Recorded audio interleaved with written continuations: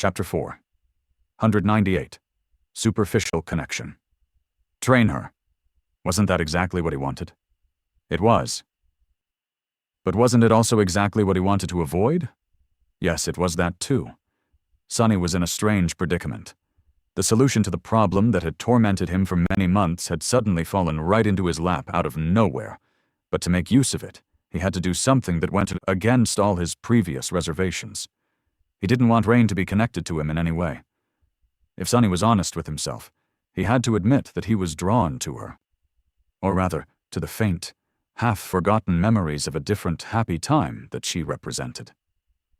His desire to reconnect with Rain was both selfish and misguided, since he knew that nothing was going to bring those memories back to life. And if Sonny was really honest, he had to admit that deep down, he harbored a lot of resentment toward her too. For having a loving family while he had none, for being fine, for not needing him at all. What a mess of emotions that was. And if there was one thing Sonny was really bad at dealing with, it was his feelings. For him, fighting hordes of nightmare creatures was much easier. And then, as if his inner turmoil was not enough, there were external forces at play too. There was his fated attribute, the strange connection he had to Weaver, and Nephis with her murderous feud against the Sovereigns, and the inhuman will to see the spell destroyed. The more he and Rain were connected, the higher were the chances of her being implicated in all this. But maybe, as long as they only had a shallow connection between a kid from an affluent family and her hired tutor, things weren't going to get out of hand. He also had to consider that the threat posed by a potential first nightmare was much greater than that of being superficially tied to him. After all, Sonny had not done anything to attract the really dangerous kind of attention. Or rather, had not been caught doing anything like that yet. While he was torn between these conflicting thoughts, Rain waited patiently, and then, misjudging his silence, said, "Oh, of course, I will pay you. I have some money saved for a trip and, well, I can also talk to my parents. It's just that you're the only awakened I know. You know? Apart from my combat instructor in school." Sonny looked at her, a deep frown on his face. Eventually he asked, "What brought upon this conversation? Why do you suddenly want someone to train you? You said it yourself. You already have a combat instructor. I thought you rich kids get taught everything you needed in school." Rain suddenly grew quiet and looked away. After a while, she said, "That you probably haven't heard, but there was a gate that opened near my school today. Many people almost died. I saw a real nightmare creature even. It was this close to me. An awakened like you won't probably understand how it feels, right?"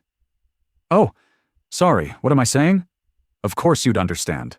I mean, what I meant to say is that I was absolutely powerless, and that was not a nice feeling. Not a nice feeling at all." He glanced at him and said with a suddenly serious voice, "So I want to become strong. Really strong. Strong enough to never feel that way again." Sonny almost laughed. "Oh, what irony.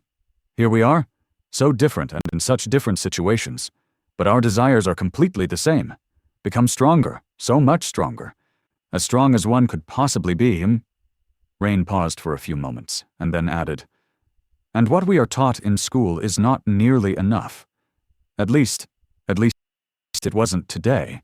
Some of my classmates have private tutors that their parents hire for them, real awakened fighters. But it's just a question of status to them. They don't really learn.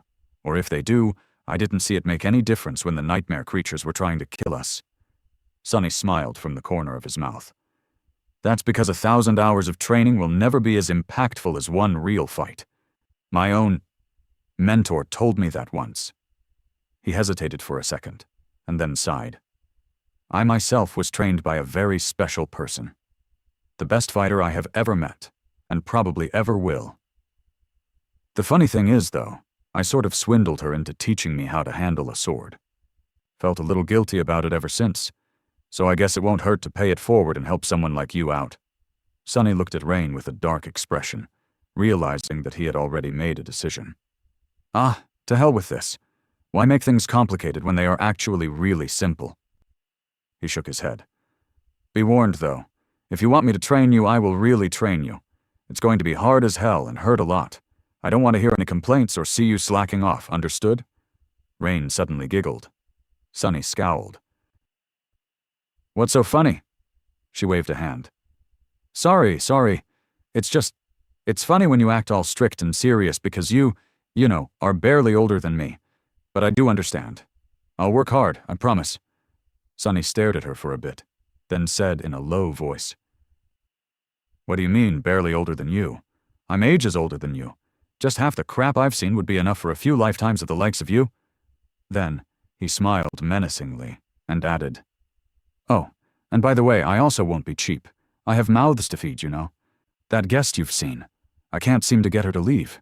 There's also a stone-hearted beauty who always follows me around, and her diet is unreasonably expensive. But what can I do? Attracting women with terrifying appetites seems to be my curse? He sighed, looked at Rain, and added, But if you still didn't change your mind, then fine. I'll train you, Rain.